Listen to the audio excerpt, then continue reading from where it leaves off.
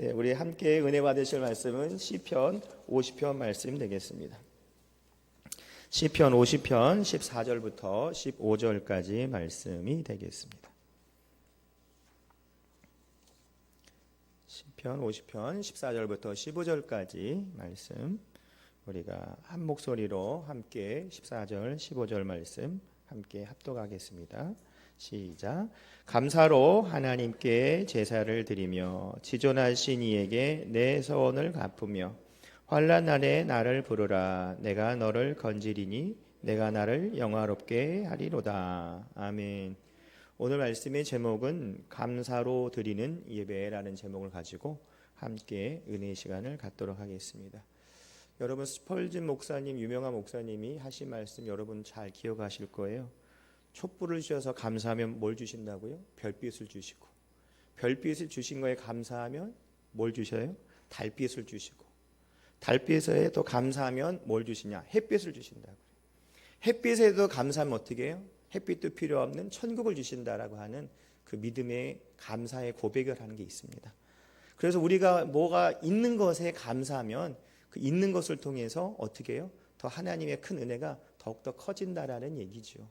그분, 우리는 왜 하나님께 감사해야 될까요? 왜 감사해야 될까? 그걸 잘 보면은요, 시편 103편 2절부터 5절까지의 말씀을 보면 우리가 알 수 있습니다. 내 영혼아 야훼를 송축하며 그의 모든 은택을 잊지 말지어다. 그가 내 모든 죄악을 사하시며 내 모든 병을 고치시며 내 생명을 파멸해서 속량하시고 인자와 국률로 관을 씌우시며 좋은 것으로 내 소원을 만족케 하사 내 청춘을 독수리같이 새롭게 하시는도다라는 말씀이 있습니다.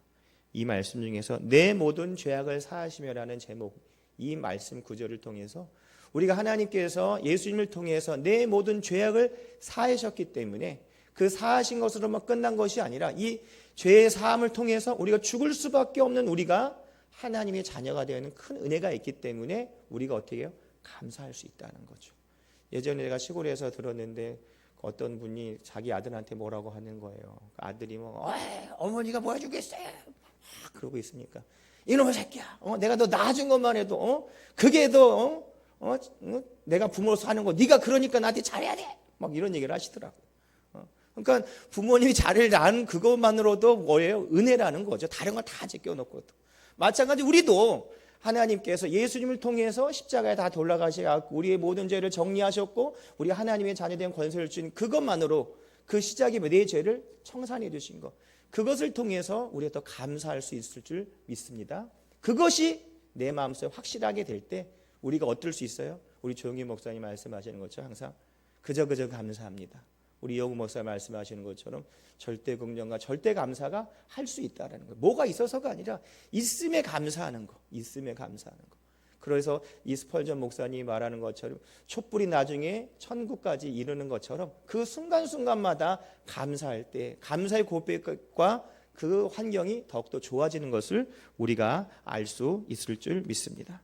그래서 우리가 첫 번째로 감사의 예배를 드려야 되겠습니다. 감사 예배를. 그래서 우리도 셋째 주에 추수감사절 예배를 드리고 매일 또 우리가 감사하는 그 예배와 기도를 하는데 우리가 첫 번째로 감사의 예배를 드려야 될 줄 믿습니다.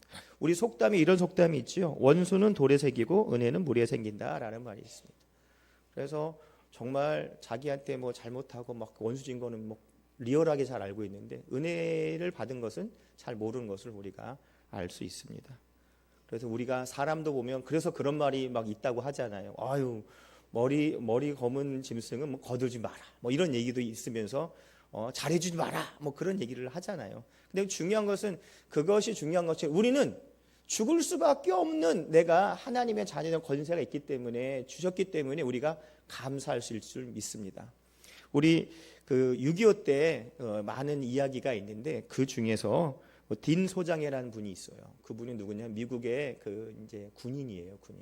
그래서 6.25가 딱 처음 터졌을 때 미국에서는 이 전쟁 6주에서 8주면 끝나. 걱정하지 마. 또 미군들은 어떻게 생각했냐면요. 자기가 파병되면은 그때 지금도 그러지만 미군이 굉장히 그 여러 가지로 여건이 좋잖아요. 그래서 이 뭐 어디 있는지도 모르는 한국에서 아휴 뭐 저 어디인지 모르는 그날이 왔으니까 여기서 전쟁하면 우리 미군이 왔다는 얘기, 유엔군이 왔다는 얘기만 듣고도 다 도망갈 거야. 아유 근데 웬걸 도망가는 거 둘째치고 이 6주에서 8주 되는 게 한 3년 끌어버린 거예요, 전쟁이. 근데 그 중에서 무슨 일이 있었냐면 이 딘 소장님이 이제 지령을 줬을 거 아니에요. 어디를 막아라. 그래서 어디를 막으라면 대전을 막으라고 한 거예요. 대전에서 한 6일 정도만 버티고 있어. 그러면 이 정리가 될 거야, 이 전쟁은. 이러고 있는데 6일 동안 버티려고 했는데 버티지 못하고 이 포로가 돼버린 거예요. 몇 년 동안 포로 됐냐? 한 3년 동안 포로 된 거예요. 6일 막으려고 왔다가 3년 동안 포로가 된 거예요. 아이고, 근데 이분이 이 3년 포로를 마치고 나서 무슨 일을 했냐면은 그때 무주에서 어떤 그 부부가 있는데 이제 촌부죠, 이제 그 농부분들이 있었는데 그분들이 이 딘 소장을 굉장히 잘 도와줬다고 그런 거예요. 그래서 이 포로 이제 교환할 때 포로가 이제 풀려난 다음에 뭐였냐면 거집을 찾아가서 그분을 잘 데려가서 미국에 데려간 거예요. 미국에 데려가서 아주 여러 가지로 도움을 많이 줬다는 얘기가 있어요. 보세요, 여러분. 이렇게 이분도 어떤 은혜를 받으면 너무나도 감사하게 표현을 한다는 거죠. 우리도 죽을 수밖에 없는 우리를 이렇게 하나님의 자녀가 되게 해주신 것만으로도 우리가 어떻게 해요? 감사할 줄 믿습니다. 그래서 우리는 한평생 어떻게 되냐? 감사의 예배를 드려야 돼요. 그래서 그저 감사합니다라는 마음을 가지고 기도하고 예배하는 것이 하나님의 은혜인 줄 믿습니다. 그래서 이 감사의 제사가 뭐냐? 제사를 지낼 때 살아있는 걸로 올리나요, 여러분? 살아있는 짐승 올려요? 아니잖아요. 우리가 이스라엘에서도 제사를 지낼 때도 살아있는 거 갖고 와서 죽인 다음 피를 다 정리한 다음에 그 다음에 각을 뜨거나 여러 가지를 놓고 그 다음에 제단에 올리는 것처럼 우리가 희생제물로 예수님께 정리하셨지만 우리도 그런 마음을 가지고 제물에 대한 마음을 가지고 내가 죽을 때 그 안에서 제물이 될 수 있는 그 마음을 가지고 주님께 나올 때 우리가 하나님의 앞에서 이 제사를 지낼 때 제물이 될 수 있을 줄 믿습니다. 그래서 무엇이 있어야 되냐? 희생이 있어야 되는 거죠. 희생이 생명이 없고 생명이 죽었지만 그 피의 제사를 지낼 수 있다라는 거죠. 그래서 우리가 성경에도 그런 말이 있죠. 하늘의 밀알에서 썩지 않으면 열매를 맺을 수 없다라고 하는 것처럼 하늘의 밀알이 가만히 썩지 않고 가만히 있으면 그대로 되지만 썩어지는 게 죽은 것 같지만 그것을 통해서 30배, 60배, 100배의 결실을 맺을 수 있는 것처럼 우리가 하나님 안에서 매일 감사의 예배를 드릴 때 나 자신을 나타내는 것보다 내 자신이 죽고 주님만 나타내는 그 은혜가 있을 때 우리가 하나님 안에서 감사의 표현이 더욱더 넘쳐날 줄 믿습니다. 두 번째는 하나님의 말씀을 지켜야 될 줄 믿습니다. 하나님 말씀, 감사드린 예배를 드릴 때 두 번째는 하나님의 말씀을 지켜야 될 줄 믿습니다. 하나님의 말씀이 뭘까요? 더 쉽게 얘기하면 이 성경도 되지만 더 쉽게 얘기하면 십계명을 얘기할 수 있지요. 십계명을 하나님 준 계명, 지키라고 하는 계명. 우리나라 율법전서가 있고 많은 법이 있지만 이걸 지키라고 얘기를 하는 거잖아요. 가장 쉬운 것은 이 십계명을 지킬 때 하나님의 큰 은혜의 그 고백이 우리를 통해서 나타날 줄 믿습니다. 그냥 있는 것이 아니라 이것이 지켜져야 되는 거예요. 요즘 젊은 사람들 얘기를 들어보면은 저도 나이가 많다는 건 아니지만 얘기를 들어보면 MZ 세대들의 얘기를 들어보면 이런 얘기를 하더라고요. 요즘에 목사님, 요즘에는 있잖아요. 젊은 사람들 결혼하면 뭐 한 줄 아세요? 뭐예요? 서로 간에 그 상호 존중을 해야 된다고 계약서를 쓴다는 거예요. 무슨 계약을 쓸 우리가 월급을 갖고 오면은 각자 하는데 얼마씩 분배하고, 니네 집에 갈 때는 얼마를 주고, 여행 경비는 얼마씩 50% 하고, 누가 계획을 짜면 네가 계획을 짜고 내가 하고, 뭐 이런 거를 한다는 거예요. 아 그래요? 참 어렵게 사시는. 아 목사님 요즘 스타일이 이래요. 아 그래요? 근데 저한테 또 그러더라고요. 무슨 얘기를 하다가 요즘 목사님 요즘에요 젊은 사람들하고 얘기하면 뭘 알아야 돼요. 요즘 TV도 나왔다는 거예요. 그래서 뭐예요? 그랬더니 목사님 요즘 젊은 사람들 어떻게 인사하는지 알아요? 그냥 뭐 안녕하세요 뭐 이런 거 아니에요. 큰일 날 소리 한다고. 시대에 뒤떨어져 있대. TV도 나왔다는 거예요. 그래서 내가 뭐냐고 그랬더니 누가 뭐 이러잖아요. 요즘에 보면은 엄마 아빠 약속해. 자 새끼손가락 걸어. 뭐 도장 찍어. 뭐 복사해 막 이러잖아요. 이러지 않는다고 하더라고. 여러분 잘 알아두세요. 배워가지고 알려드린 거예요. MZ세대는 얘기하면은 이렇게 해서 같이 가져가잖아요. 그러면은 이렇게 소리 해서 뭐 이렇게 깍지 끼고 약속이 아니라 서로 이렇게 같이 가다 뒤로 빼더라고요. 이게 약속이 인사이래, 인사. 그리고 하이파이브 할 때 우리 이렇게 손을 딱 마주치잖아요. 이렇게 딱 마주치잖아요. 근데 그렇게 안 한대요. 마주치려다가 이렇게 뺀다네 또. 요즘 이게 인사법이 그래. TV도 나왔대요. 무슨 스님, 신부, 목사 이렇게 세 명이 나오는 나왔다 나한테 얘기를 해주더라고요. 아, 목사님 배워야 돼요. 아, 그러냐고. 요즘에 세대를 따라가야 된다고. 근데 여러분 세대를 따라가고 다 한 건 좋지만 서로 위하는 마음이 있어야 될 때 더욱더 그것이 빛을 발하는 거지. 그거 없이 이런 거 악수하고 인사법이 있다고 그렇게 중요하겠어요? 그렇지 않다라는 거예요. 우리가 항상 하나님의 약속을 지키는 것이 바로 그런 거라는 거예요. 이걸 왜 약속을 지켜? 왜? 내가? 왜? 너나 지켜? 이러면 안 된다는 거죠. 내가 죽을 수밖에 없는 내가 하나님께 모든 죄를 정산해 줬기 때문에 하나님이 전에는 그 은혜가 있기 때문에 우리가 어떻게 해요? 감사하고 기쁨으로 하나님의 말씀을 어떻게 해요? 지킬 수가 있다라는 거예요. 그것이 없으면 이게 정말 메마른 삶이 되볼 수밖에 없다는 거예요. 그리고 대번에 그 얘기하잖아요. 아이들이. 내가 왜? 내가요? 왜? 어떻게 해요? 내가 왜 지켜요? 이렇게 대본에 나온다는 거예요. 그런데 우리가 하나님 안에서 그것이 내 죄를 사하시는 그것이 분명하다라고 하면 우리가 기쁨으로 감사로 예배를 드릴 수 있는 것이고 하나님의 말씀을 어떻게 해요? 순종할 수 있을 줄 믿습니다. 그래서 시편 50편 14절의 말씀에 지존하신 이에게 내 소원을 갚는다고 말씀을 하셨습니다. 그래서 여호수아 1장 8절은요. 이 율법책을 내 입에서 떠나지 말게 하며 주야로 그것을 묵상하라. 그 안에 기록된 대로 다 지켜 행하라. 그리하면 내 길이 평탄하게 될 것이라. 내가 형통하리라 라고 되어 있습니다. 우리가 형통하고 잘 되기를 원한다라고 하면 우리가 신앙생활에서 형통하고 잘 되기를 원한다면 이 말씀을 정말 잊지 말으셔야 돼요. 다 아는 내용이에요. 하나님 말씀을 듣고 그 말씀에 순종을 하면 하나님의 큰 은혜가 나타날 줄 믿습니다. 환경을 보면요. 내가 말한 게 맞아요. 내가 한 게 맞단 말이죠. 요나가 도망을 갔을 때 하나님 말씀 안 듣고 도망갔어요. 니느웨로 갔는데 다시스로 갔잖아요. 다시로 가서 도망가는데 배가 있으니까 뭐예요? 아이고 하나님 나한테 응답해 주셨네. 그래 자기 마음대로 해석을 하는 거예요. 그러면 안 돼. 저기 있지만 내가 빨리 돌이켜야 되는구나 라고 하나님 말씀 중심으로 생각을 해야 된다는 거죠. 자기 중심으로 살면은 다 자기가 긍정적으로 보면 세상 끝도 없어요. 나쁘게 볼 게 없어요. 그러니까 우리가 어떤 마음을 갖고 어떻게 보느냐에 따라 다르다고 얘기하잖아요.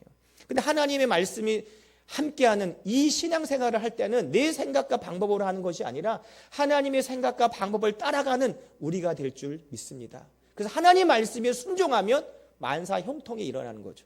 그래서 우리도 속담이 여러 번 얘기를 하잖아요. 야, 부모 말 잘 들으면 자다가도 떡을 먹어. 부모 말 잘 들어야 돼. 그런 말 하잖아요.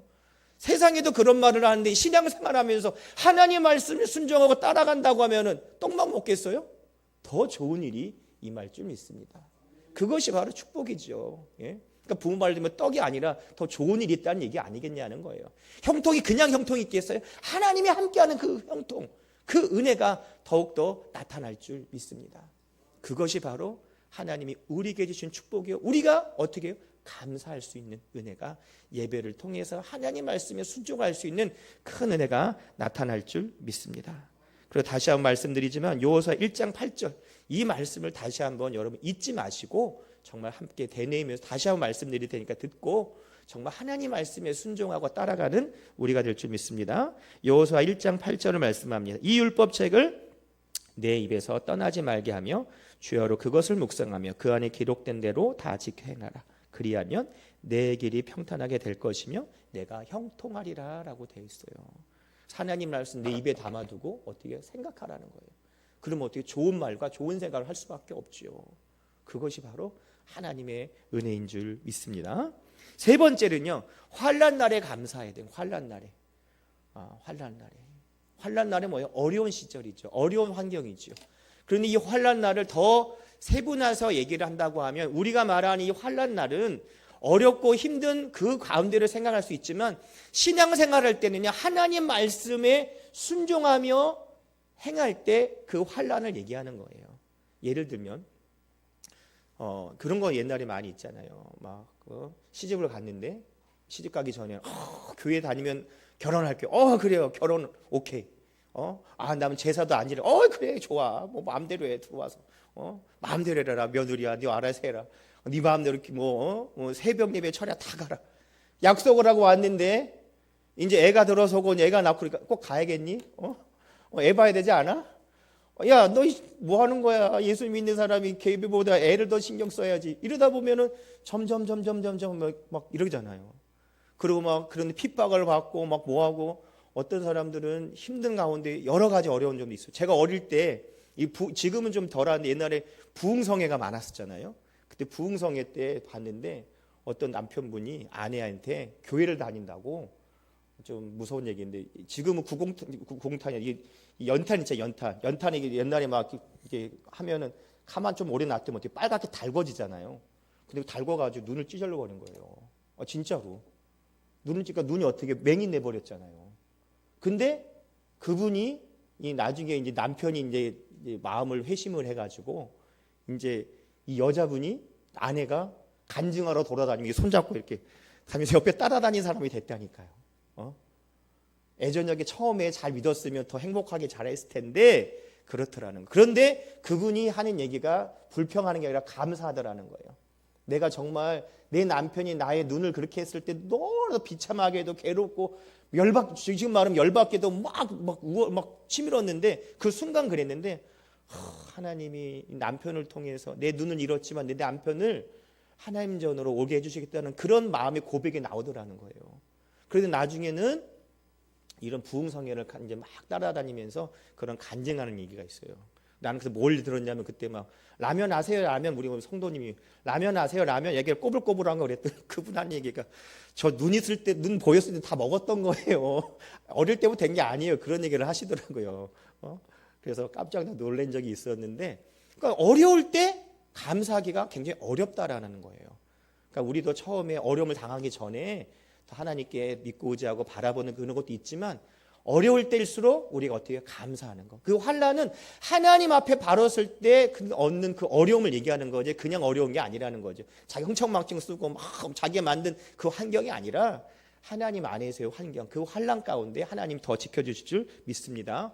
그럼 목사님 그러면 전도하고 그거 말고 하나님 지켜주지 안 지켜주나요? 그런 개념이 아니고 환난의 개념 더 잘 생각하자라는 거죠. 여러분이 또 앞뒤 자르고 다 이럴 줄 알았다. 내가 교회를 괜히 나왔네. 그러지 마시고 모든 여러분이 하나님의 핏값을 산 자녀이기 때문에 여러 가지 어려움이 있지만 그 어려움의 환난에 대해서 더 집약적으로 한번 생각해 보겠다라는 생각으로 말씀드린 거니까 그 점은 오해 없으시기 바라고요. 세 번째는 말한 게 환난 날에 감사라고 했잖아요. 그래서 기쁜 날도 감사하고 어려울 때도 감사하지만 어느 교회에서는요. 미국에 있는 교단이래요. 그런데 거기서는 교인들한테 하루에 12번 감사하라고 12번. 그래서 항목을 적어줘서 내가 적어왔어요. 그래가지고 그래서 어떤 개신교 교단에 미국에 있는 개신교 교단에서 이거를 얘기를 해주더라고요. 읽어드릴게요. 우리는 몇 번이나 했는지 한번 보시고 우리 앞으로 할 거를 또 보면서 어떻게 할까 생각해 보세요.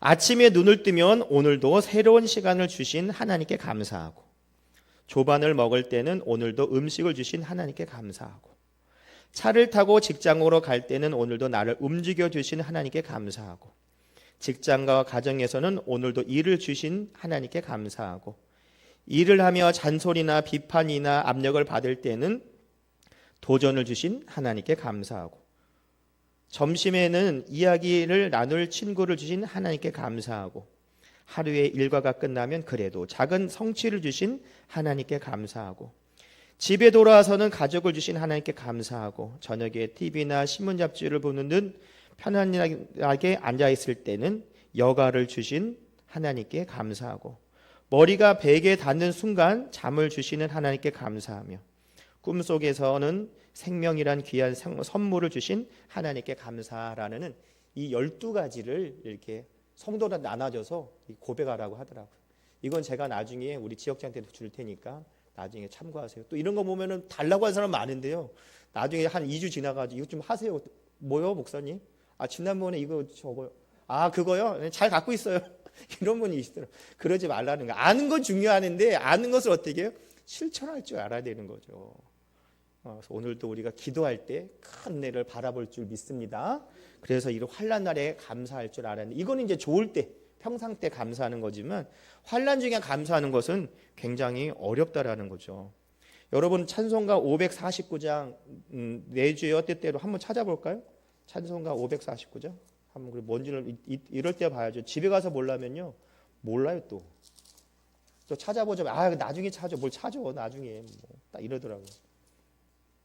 내주 뜻대로 보셨어요? 이건 우리 다 아는 거죠. 내 주여 뜻대로. 이상하네 또. 이거 나오는 거잖아요. 근데 이것을 지은 사람이 목사님인데 어떤 환경에서 이것을 지었냐면은요. 이분이 막 힘들고 어렵고 막 뭐 직계에서 막 어디 막 이제 전도하고 오는데 집이 불이 난 거예요. 집이 불이 나. 그냥 불이 난 걸 본 거예요. 저기에서 보니까 그 동네에서 불이 난 게 막 연기가 모락모락 피어나는 거예요. 보니까 누구 집이에요? 자기 집이야.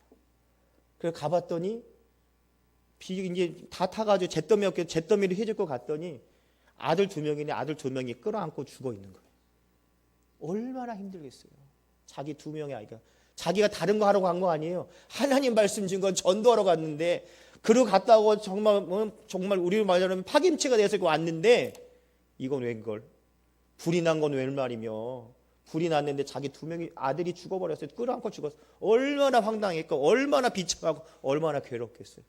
하지만 그 슬픔을 딛고 이 찬송을 쓰게 됐다는 거예요.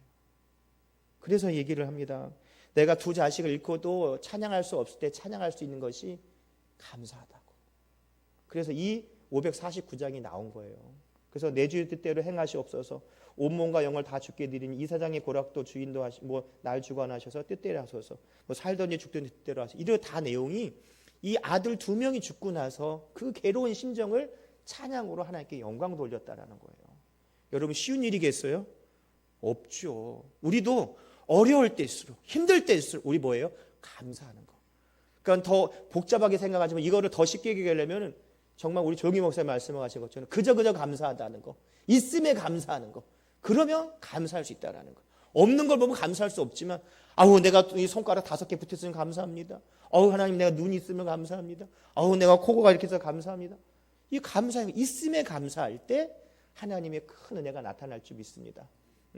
저 예전에 본교에 있을 때 서대문대교 맡았을 때 정말 그런 얘기 많이 했어요. 바로 앞에 연대병원 있잖아요.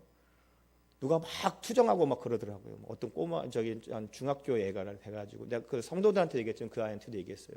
그래서 내가 한번 데리고 가봤어요. 한번 그 아는 의사 선생님이 있었으니까 다 들어갈 수 없으니까 병원에 그때는 좀 들어가기 편했으니까 성도들한테 그런 얘기했어요. 우리가 지금 이렇게 2 다리로 서고 이 자가로 호흡하고 손가락으로 자기가 먹고 앉고 서고 화장실 올라갔다 내갔다 할 수 있고 이것이 바로 하나님의 은혜다. 감사할 줄 알아야 된다. 그러니까 여러분이 만약 감사할 줄 모르기 어려우면 저 병원에 가보시라고. 그래서 꼭대기집부터 한번 쭉 내려와 보라고. 그 다양한 사람들이 많이 아파 있는데 우리는 그러지 않는 것이 얼마나 감사하냐. 그런 얘기를 했어요.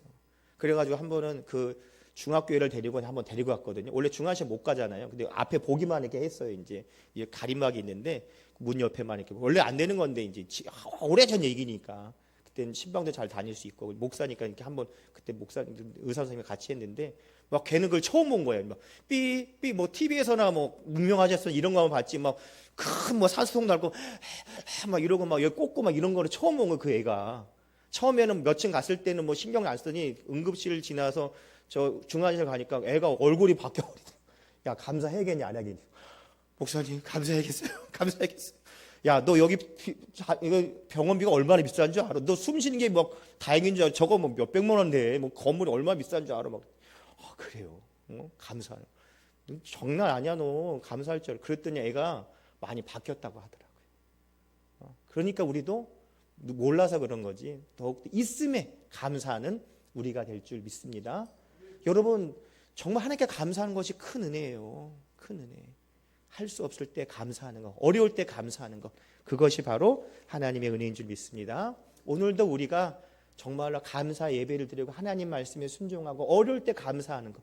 그래서 우리가 그저 감사합니다. 있으면 감사합니다. 감사합니다. 감사합니다. 그 은혜가 더욱더 넘쳐날 줄 믿습니다. 그래서 하나님의 은혜를 더욱 입술로 고백하는 우리가 될 줄 믿습니다. 그래서 여러분을 통해서 하나님의 큰 은혜가 나타날 줄 믿습니다. 기도하겠습니다. 하나님 아버지 감사합니다. 오늘도 믿음으로 기도합니다. 성령님을 인정하고 환영하고 모셔드리고 의지하오니 주여 은혜 내려 주시옵소서. 예수님의 보혈의 피로 머리부터 발끝까지 덮어주셔서 항상 그리스도의 영광이 나타나는 삶, 은혜의 삶 되게 도와주시옵소서. 오늘도 하나님 그저 감사합니다. 우리가 감사로 예배하고 감사함이 주님 말씀에 순종하고 감사로 어려운 환경에서도 감사할 줄 아는 우리가 되게 도와주시옵소서. 예수님의 이름으로 기도드립니다. 아멘.